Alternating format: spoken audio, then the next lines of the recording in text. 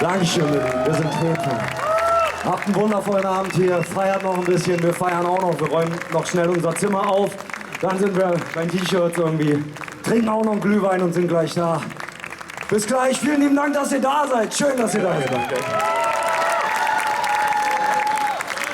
Also tatsächlich habe ich die Pussy Riot besucht in Moskau, also wie Katharina, vor, weiß ich nicht, 10 Jahren oder so. Also noch bevor es diesen Auftritt gab, der zum Verbot und zu dem Gefängnis. Da waren die gerade verboten worden Okay. und die 2 waren im Gefängnis und nur Katharina war noch da. Und natürlich beobachtet man mit sehr viel Mitgefühl und mit sehr viel Aufmerksamkeit. Man versucht natürlich irgendwie zu helfen, irgendwie eine Öffentlichkeit zu erzeugen. Also wir haben in der Volksbühne einen großen Abend gemacht. Ja, da guckt man natürlich, gerade war ich in Burundi für ein anderes Projekt, da geht es natürlich auch um diese Volksgruppen, die da niedergeschlagen werden, die sich gegenseitig irgendwie auf die Fresse hauen. So, good evening all of you. We are going to do the next part in English and I have the honor to welcome 3 people on stage with me in a second that are like the most wanted exilees from the countries where they are coming from. Very repressive regimes, and they will talk about their stories. The first one, because we just spoke about the band Fool in Peking, is Zhou Zhengzuo from China, who was one of the main activists during Tiananmen Square times. The next one, I'm just going to make a wonderful full panel, a bit of a surprise guest. We couldn't announce her because of security concerns. Masih Alinejad from Iran.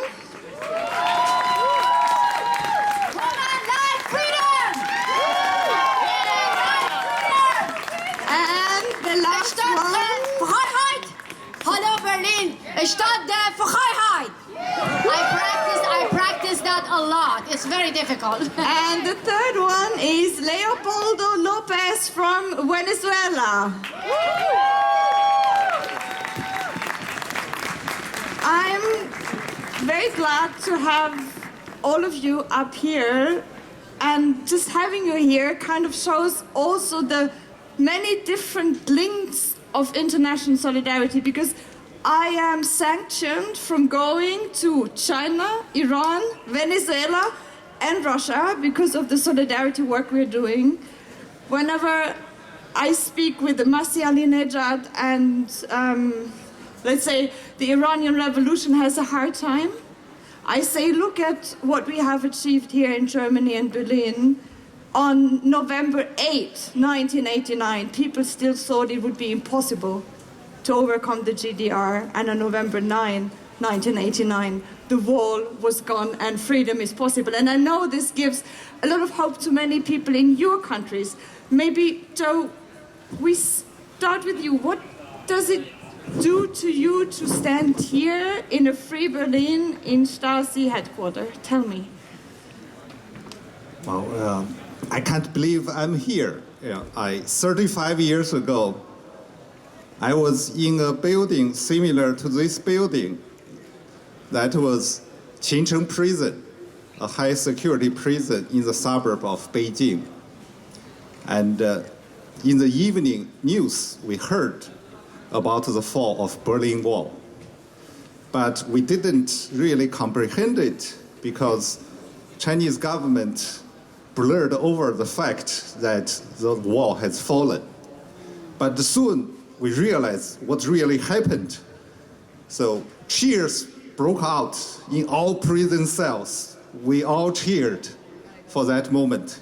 Even though for me, this was like darkest moment in my life.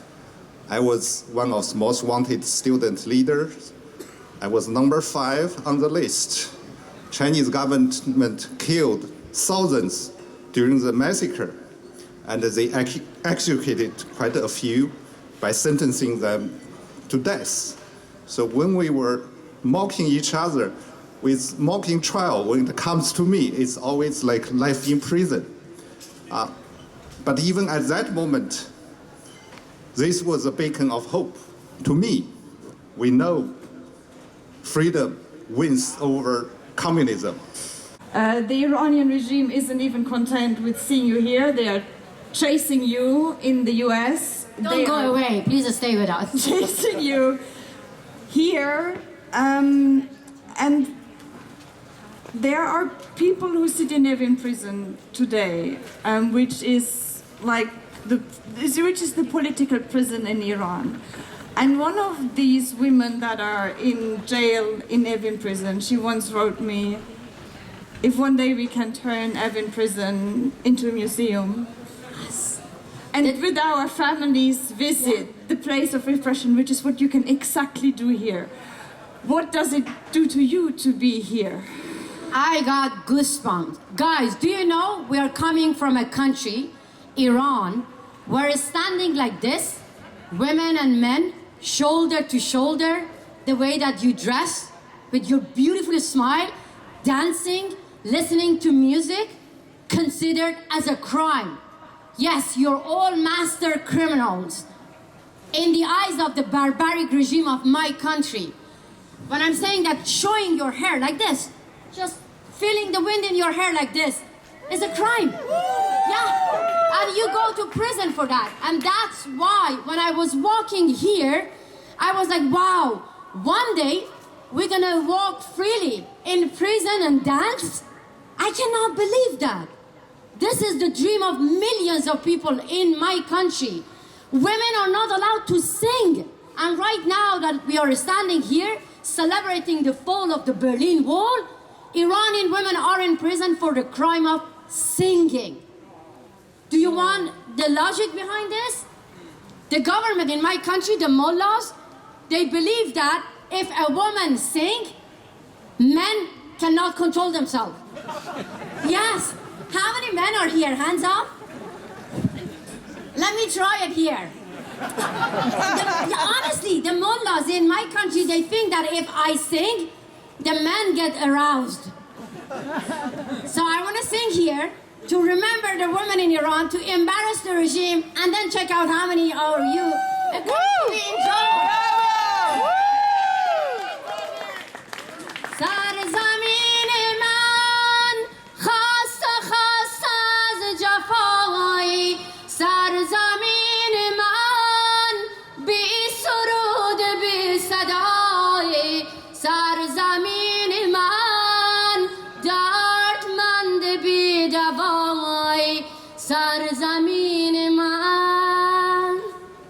Nothing happened. That's the dream of millions of women in Iran. And 10 years ago, I launched a campaign alongside the same women in prison to bring the dictator down. And I said that every woman, we have to cover our hair, no? But compulsory veiling in the hand of the Islamic regime is like the Berlin Wall.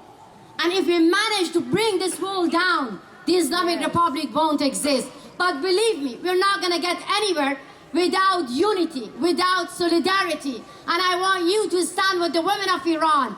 Be as loud as them and as brave as them to bring the wall of dictatorship down and dance together in my beautiful country, Iran, with all the innocent political prisoners. Thank you.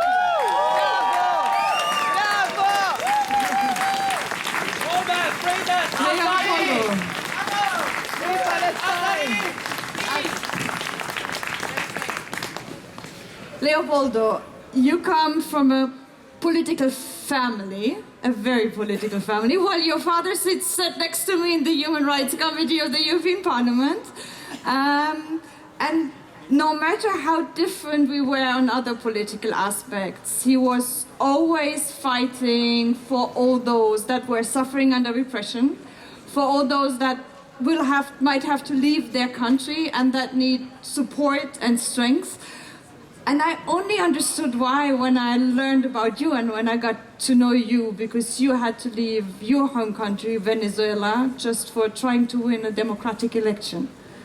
So what does it do to you to stand here? Well, it's not that I had to leave my country. I went to prison for 7 years and then I escaped. And after escaping, I had to leave my country. How does it feel to be here? Well, similar. It's for us, in Venezuela, like in any other autocratic country, there's always these buildings that are symbolic, that they become heinously symbolic because of the crimes that are committed there. In the case of Venezuela, there is this one place called El Helicoide, and it's a beautiful building. It was a building built in the 1950s. It was said to be a shopping center, and it became the largest torture center of Latin America. And today there are hundreds of political prisoners there. I have my friends who are there, many of them. Many of them have been for years. Some of them, after Maduro stole the election, they have been sent there like to other prisons. So coming here is not just looking at the past for us, because of course we went to the archives today, and we saw the archives and the fact that there are 110 kilometers of archives of the lives of the people in East Germany. But for us is projecting what the present is like in our countries, in Iran, in China, in Venezuela. And many of you might not realize this, but 5.7 billion people in the world, that is 70% of the world's population, is living under autocratic regimes. So in most countries in the world today, there is a building like this, today, functioning, not with old archives, but with new technology, with computers, with the technology that's being provided by China, with microphones, with filming, but with the same idea of destroying people's lives. I asked someone today, and I asked them, what's the most striking archive that you have read in your 30 years that you've been here? And she told me the most striking thing is to learn how the daughters, the sons, the wives, the uncles were giving information to the Stasi to go after their own relatives, their own loved ones. And maybe 10, 15 years ago, I couldn't relate to that. But I can relate to that today because that happens in my country today. Because that's how these regimes are. It doesn't matter the color of our skin, the language, or the religion. Autocracy is autocracy. And it doesn't matter if it's from the right or from the left. It's the same tactics. So when we talk to the Chinese, to the Africans, or to the Middle Easterns, or to the Eastern Europeans about what it means to go through this, it's the same. So this is an incredible symbol, an incredible inspiration. And as we said it, we will dance, and we will have music, and we will have, culture, and we will have people and celebration in the torture centers that are today in our countries.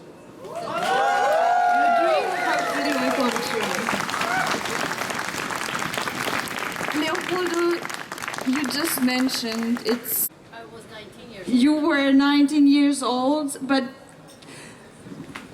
why is solidarity important, and what kind of solidarity do you think we Germans, people that have the privilege to live in freedom, should show that helps those who are in political prisons? What helped you to get through this? Yeah, for me, it was a belief of human dignity, this love for freedom, democracy in everybody's heart, in the heart of Chinese.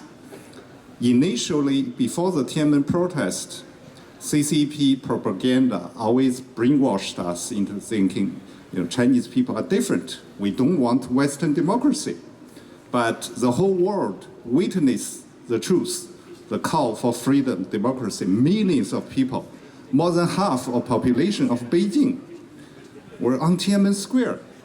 All of a sudden, we realized we were not a small minority. We are the people. We are the true voice. That's why everybody was hopeful. But of course, we were inspired by Charter 77 from the Czech and by the solidarity movement in Poland. Even though we didn't know what was happening here, our action and the Tiananmen massacre galvanized the movements here in Eastern Germany. And I heard lots of stories from these people who were protesters here, how they energized when they heard us news of the massacre. They risked a lot just want to show their solidarity with the brothers, sisters in China. And that eventually contributed to the energy that elevates the protest in Eastern Europe that led to the fall of the wall. And even at that moment when I was in prison, I knew that this global wave for freedom and democracy, we were just part of it. And the fall of Berlin Wall, this was a great victory for humanity. It was, and sometimes we don't seem to appreciate this enough. Mercy, I remember you often saying the dictators of this world are working together. So all those of us who oppose repression and dictatorship have to work together even better, which is one of the ideas behind the World Liberty Congress, which both of you founded. All of you founded. I didn't know with you, Joe, so I learned something new.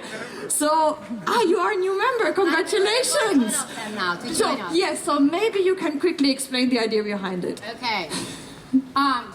To make long story short, Putin invading Ukraine, but everyone thinks that Putin is alone. Putin is not alone. The dictator, Ayatollahs from my country, Iran, providing weapons for Putin to kill innocent Ukrainians. North Korea helping Putin.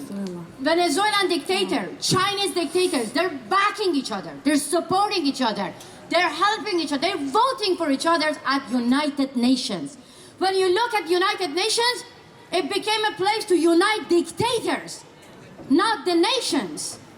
And then the same dictators trying to brainwash all of you here, saying that it's none of your business to think about women of Iran.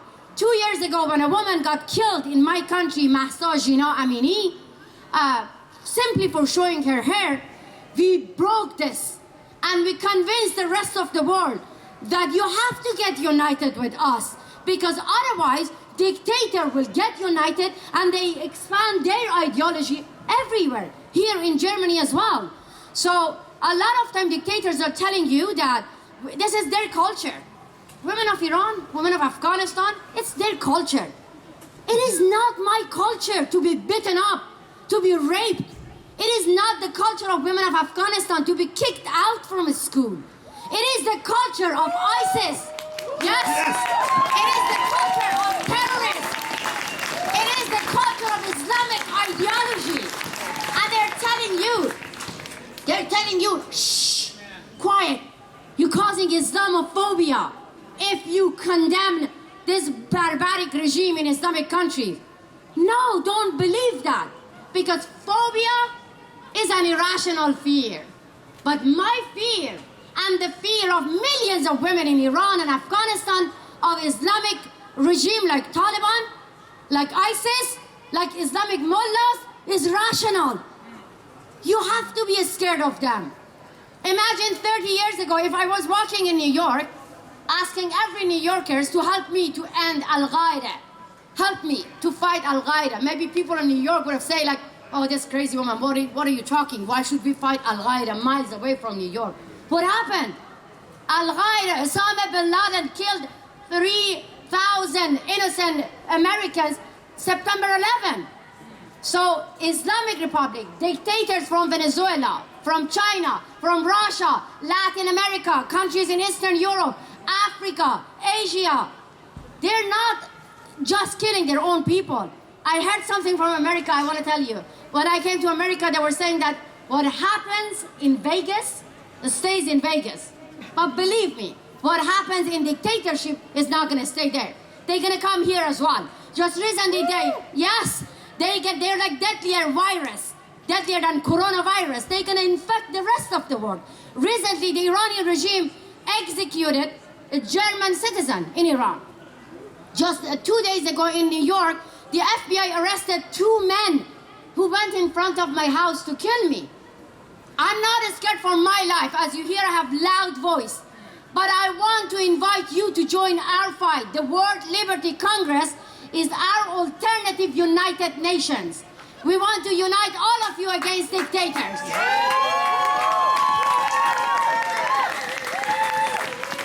Movement like freedom! United against dictators! Yes, well, there's an idea about the World Liberty Congress. It's an alliance of democracy defenders, freedom fighters from autocratic nations. More than 53 countries are represented.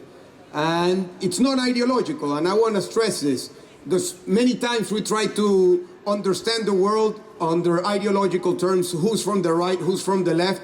But today, that is not what applies to really understand the struggle, because it's about autocracy and democracy. 12 years ago, only 40% of the world was living under autocracy. Today, as Masih said, it's 70%. So the bad guys are winning. Today, the bad guys are winning. They are articulating, they are working together, they are supporting each other. And what we are calling for is that we unite those of us who believe in democracy, who believe in freedom, who believe in human rights, that we unite our efforts and we create a fourth wave of democracy, because we just heard something that I consider very incredible, that the Tiananmen movement was inspired by the Velvet movement of Eastern Europe. But we also heard a couple of days ago that what happened here in November of 1989 was inspired by Tiananmen. In a way, these are events that 35 years ago were inspiring one and the other, and then the wall came down and it started what they called the third wave of democratization. It was the golden age, the golden decade of democratization. But then at the turn of the century, it all started to crumble. And we are going backwards. More countries have become autocratic. And we need to understand, those of us who believe in freedom, democracy, and human rights, as the condition for everything else. Because many people might say, well, I really care about climate change. Other people might say, I really care about gender issues. Other people might say, I care about corruption.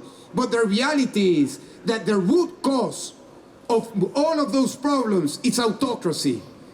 That's a root cause of most of the problems that we have today in the world. So if we care about any of those issues, we need to care and act and come together to do something about autocracy. And the most important message that we can tell you, coming from China, Iran, Venezuela, but from many autocratic countries, is that the people from our countries want to be free. We want to be free. Like you. This is democracy and freedom is not a cultural thing. Freedom! We are fighting for freedom. Guys, it is a shame. It is a shame. Germany, don't change your mind. Invite back us again. But German leaders, it is a shame that they have to stand with the people from Russia, from China, from Iran. But sometimes I see that they shake hands with our killers. They take pictures with Taliban, but they hesitate to meet with us. Why? Because they believe we are too controversial, and if they meet with us, so they might close the doors of diplomacy towards dictators. Yes, this is a good thing. Close the doors of diplomacy toward dictators and open the doors toward Narges Mohammadi is in prison, toward Nahid Shirpishe is in prison, and millions of women and men. 1 million political prisoners. They are in prison behind the bars in 56 authoritarian regimes. So pick your side. You want to stand with dictators, or people like us who want to dance, who want to have a normal life, who want to have the same freedom that you take it for granted? My hand is cold. I'm very fucking cold, but I want to stay here and dance because I love my life. I love freedom, like you. Together we are stronger. So with everyone, I love you. Thank you. with everyone you just encouraged in such strong words to do something. Yes, do something. I know from the times when we still had the wall and we had political prisoners here, what helped was solidarity. So people all over the GDR, but also in West Germany and all around the world speaking up when there were people thrown into prison out of political reasons. I know it helped that a lot of people wrote letters to political prisoners. It just gave them the impression they are not forgotten, because that's what Stasi would tell you. People don't care about you, but if you get all these letters, you know, wow, you inspire others. So is it still the same things that help people today, or how can each and everyone who's here, who wants to show solidarity and make a difference, and who is maybe not a big politician, what can they do? Everybody can know more, for example, like what we are saying today, that's important. We all love freedom, just like, that's in human nature, in our heart. People in Iran, in China, Venezuela, and here there's a lot to know. For example, I challenge you to find a word here that's in Chinese. That's Chinese democracy, 民主. Why that's here? Because after Tiananmen massacre, people of Eastern Germany, they pick up this Chinese word as a global symbol for freedom and democracy.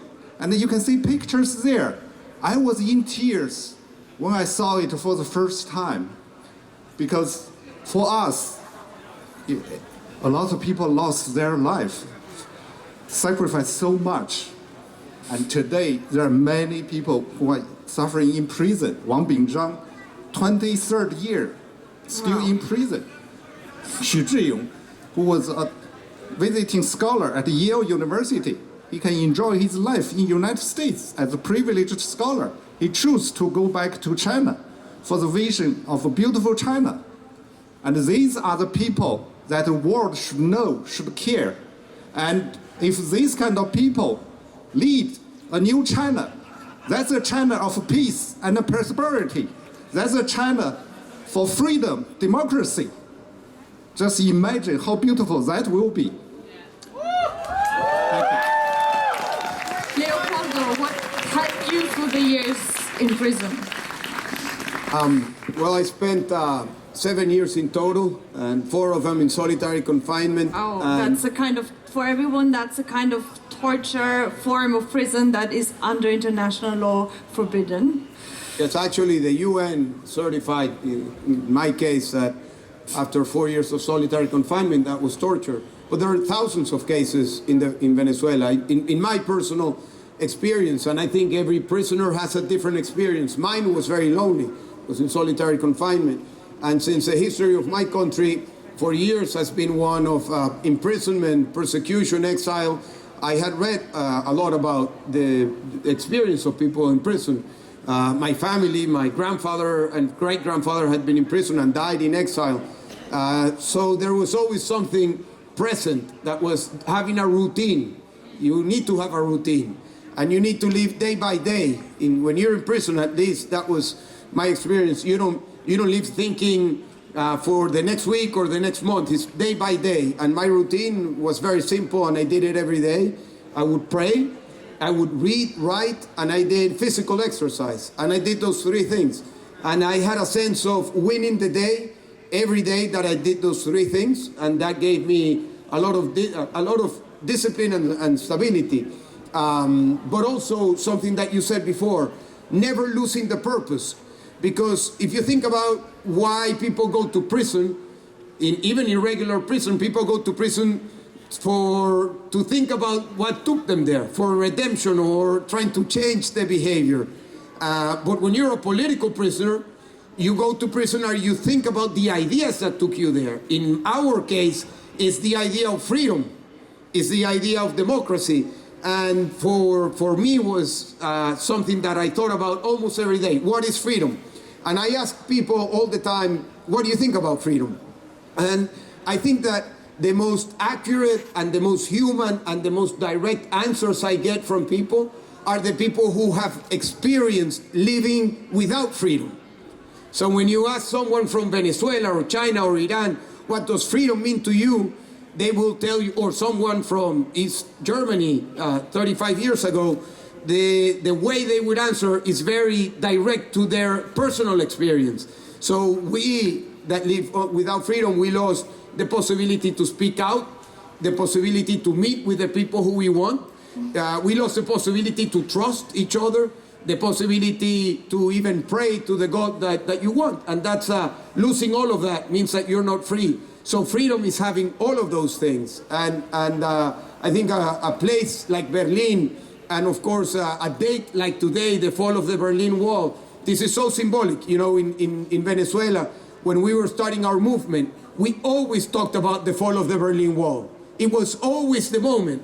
We always said that day is gonna come, and we still say it, the day when the wall falls. I mean, this is such an important and present symbol for all of those who are fighting for freedom. So I hope that we can celebrate soon in Venezuela and in all of our countries.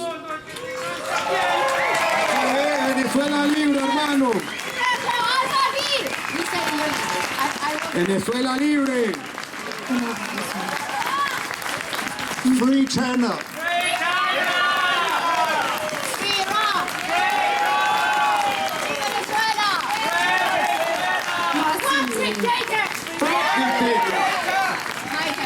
Masi, what do you hope, or what do you think, how can we who sometimes forget the privilege that we have, but that we can live in freedom and democracy, how can we support the Iranian movement? First of all, I have to say thank you so much, because I know, I see everyone's face and I want to hug you. I have been away from my family for 15 years and I'm not able to go back to my country. So now I feel like I'm at home when I see that in this cold time that you're standing here and listening to our miserable story, being in prison, being lonely, being like chased by dictators, and that means a lot to us that we are together. Thank you so much for listening to our stories. Thank you. So it shows that you want to do something. That's beautiful. That means everything, because dictators always make us feel like nobody cares about you in the Western country. Nobody cares about miles away. People in the West, they want to have fun and freedom. They don't care about other people on the other side of the ocean. So what we can do? A lot. First of all, there is an initiative called My Camera is My Weapon in Iran. So women of Iran and Afghanistan using their cameras to film their own oppressors. This is what you all can do. You can use your camera and show the dictators that you are with the people of Iran. You can use your own camera and talk to your leaders in Germany and tell them, don't shake the hand of dictators. Do not legitimize Taliban. Do not legitimize Islamic Republic. Do not legitimize dictators, but instead support the women who are being kicked out from school. When they were talking about their experience of the fall of the Berlin Wall, I was only 13-year-old. I don't remember much about this. But I know that we are now facing the Berlin Wall in Iran, in Taliban, in Afghanistan. So we need your help to bring this wall down. In 21st century, committing crime against women under gender is not considered as a crime under international law. And I'm sure that the students, ordinary women, they can do a lot. Asking your leaders to classify gender apartheid as a crime, to classify Taliban and Islamic Republic as gender apartheid. And then leave it to us. We will bring our regime down. And I want to tell you that I was only 19 years old. When I was in prison, I found out that I was pregnant. So that's why my son, my baby, saved my life. So I spent only 1 month in prison. But I want to tell you now, teenagers in my country are in prison. I want to tell you that the half of the population in Afghanistan, they are in prison because they're not like actually treated like human beings.